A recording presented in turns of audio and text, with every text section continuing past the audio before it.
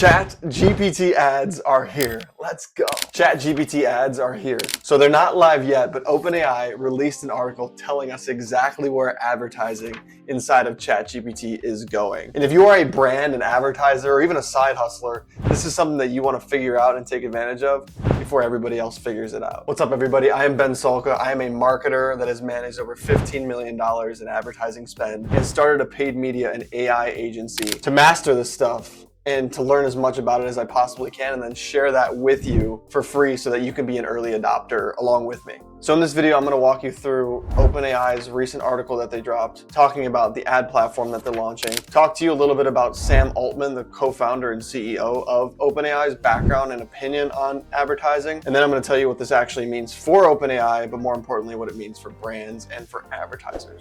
Cool, so hit subscribe if you like AI, marketing, dogs. I mean, who doesn't like dogs, right? And for every subscriber I get, I'm going to give my dog a treat. Cool, let's jump into it. All right, I want to start with the article itself. So on January 16th, as you can see here, OpenAI published this post outlining their approach to advertising inside of ChatGPT. I'm not going to go through this every single line by line. I'm really going to pull out the parts that actually matter, especially for brands and advertisers, and kind of explain what they mean. But before we break down into the details in this article, I think you need context on why OpenAI is doing this now, because this is really important and has dramatic implications for brands and for marketers. I like that people pay for ChatGPT and know that the answers they're getting are not influenced by advertisers. I know that I'm not the product. And when I go use like Twitter or Facebook or Google or any other great product, but ad-supported great product. So this is the first clip I want to break down. Sam and OpenAI, and this is made clear in the article that I'm going to go through, has been consistent on this point. They do not want chats to be influenced by ads or by advertisers. They want their users to get outputs that are genuinely the most useful outputs. So I'm not going to play this entire clip because it's super long, but essentially this man right here, he's a beast. This man comes up and asks Sam a question on if ChatGPT would consider other monetization strategies outside of their typical subscription model to foster innovation in the future. I will disclose, just as like a personal bias, that I hate ads. I think... So that first part of that clip is what everybody is referencing, where he says, I hate ads. He also goes on to say that he wouldn't completely dismiss using... This is the next clip, the last clip that I want to show you. But I kind of think of ads as like a last resort for us for a business model. Okay, so ads are a last resort for us for a business model. Ads are here. Does that mean we're in last result territory for ChatGPT? I think this is the most profound part that he says, is because this tells me that they've realized that there aren't enough people paying for their products and services to support all of the investments they've made in infrastructure, which we're going to break down as well.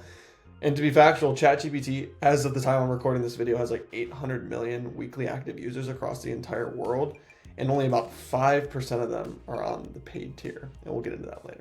All right, let's break down the parts from the article that matter the most for advertisers and for brands who are going to utilize this platform at some point. All right, first part I want to highlight here, ads will only appear for free and Go users, while paid plans like Pro, Business, and Enterprise subscriptions will not include ads. But like I said before, 95% of people use the free tier. So it's not like excluding the paid tier prevents advertisers from having access to a humongous audience. All right, number two, and this is the thing that Sam has emphasized numerous times, is that ads will not influence ChatGPT's responses. Specifically, it highlights answer independence. Ads do not influence the answers ChatGPT gives you, and they're optimized based on what's most helpful for users, so they continue to emphasize this.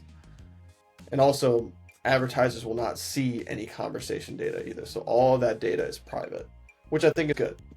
And I also think it's important to call out that ads will appear below the responses only when relevant. Not 100% sure what that means, because I think any chat could be potentially relevant for some sort of ad. But so they break this point down with this screenshot here about a dinner and the ingredients that could be potentially useful during that dinner. So somebody's prompt is basically, give me simple but authentic Mexican dish ideas for a dinner party that I'm having. And throughout that conversation, this ad pops up that's for Harvest Groceries, that's advertising hot sauce. So ingredients that would go great with this Mexican dish that this person is trying to prepare. And as an advertiser, from a conversion optimization perspective, if this screenshot is truly what the ad platform is going to look like, I do personally like this. And I like how close the ad is to where someone types something into ChatGPT. because this eliminates friction and makes it easier for a user to interact with an advertisement. So I think that's something worth noting. I also think from a paid media perspective, if it is a cost per click model, some people could accidentally click on this, and we don't know if it's a CPM, a CPC basis, or something else. If someone accidentally clicks on this, since it's so close to the chat bar, that could potentially inflate costs for someone who didn't mean to interact with an advertisement. So that's something to think about. Okay, so the last part I want to highlight that's important for advertisers and for brands is this note about will learn from feedback. So there is no explicit timeline of when this is going to be rolled out to everybody. They basically just said they're going to be testing ads in the coming weeks and months. My assumption is that they've reached out personally to some of the bigger brands to get them on there testing ads, and then they'll receive feedback from those big brands and then improve the platform. If you are just a normal day-to-day advertiser, not a huge brand, you're spending $20 a day on Google ads or Meta ads, you're probably not going to be getting an email from Sam Altman anytime soon. But hopefully when this rolls out to all of us, you come back to this channel, can learn about the platform quickly and start running ads and taking advantage of first mover advantage on the platform. So if you're someone who's spending $20 a day, I'm sorry.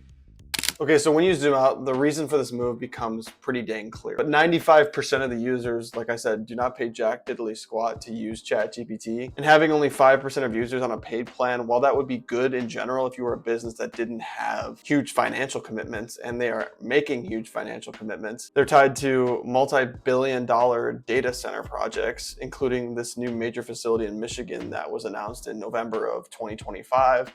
And also in November, Sam Altman noted in a X post that OpenAI is looking at roughly $1.4 trillion in infrastructure commitments over the next 8 years, which is just mind-blowing. So when you combine the exploding compute costs with low paid adoption, an ad platform becomes absolutely inevitable. I am inevitable. All right, now I want to talk about what this means for brands and for advertisers. I showed you the context because to me the context is very important because it foreshadows a lot of the features that are going to be on the platform and the things that we can take advantage of by being early adopters. As I said before, about 95% of 800 million active users are using the free tier, and those are the people that we can advertise to. 800 million people, 95% of that is 700 million something. So that's a huge untapped audience that we don't have access to. And in the United States alone, that's tens of millions of US adults that we can advertise to that we haven't been able to advertise to before on that platform or in that medium. That's crazy. And historically, first mover advantage is something that's always been real when new advertising technology rolls out, when Meta rolled out, or when Google rolled out. CPCs were insanely low and CPMs were insanely low on Meta. It's the incentive of the platform to get people on it as soon as possible, and the way to get people on it is by having low ad costs so that ChatGPT can perfect the system, can make it better so that more advertisers adopt it, and then they can increase the costs over time. So that's why you want to take advantage early. And given the fact that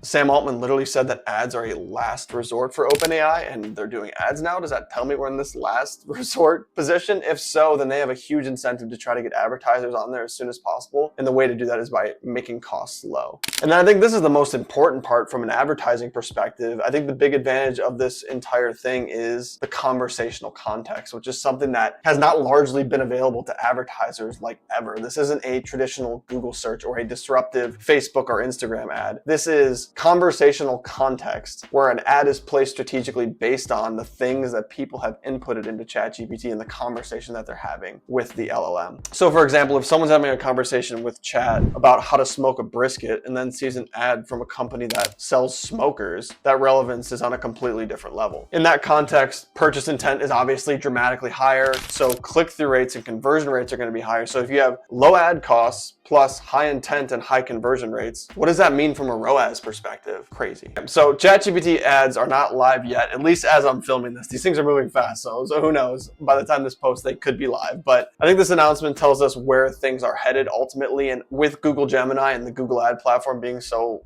large, I imagine at some point in 2026, ads are going to be rolled out to Gemini as well, potentially. I don't know. That's kind of a prediction, but also something to keep an eye out for. I think this LLM advertising space is going to become really big. At least that's my expectation. But these are the things that I want the early adopters that follow this channel and watch this content to be ready for, because it's going to be a huge opportunity to make a lot of money, learn a lot of skills. So when you combine that $1.4 trillion infrastructure commitment with low paid adoption for their typical technical products and services, I think this move makes complete sense. So if you're an advertiser, the smart move is not to panic or worry about this platform or think like, oh man, I got to figure out this platform too. I haven't even figured out Meta yet, or I haven't even figured out Google yet. Now I got to figure out ChatGPT ads. The way to do this is take it step by step, test it out when it's available, and then scale it up if it works for you. And for me personally, with the clients that I work with, when this rolls out, I will be testing it immediately, or at least trying to push my clients as hard as possible to test it because of those incentives that I already mentioned and the advertising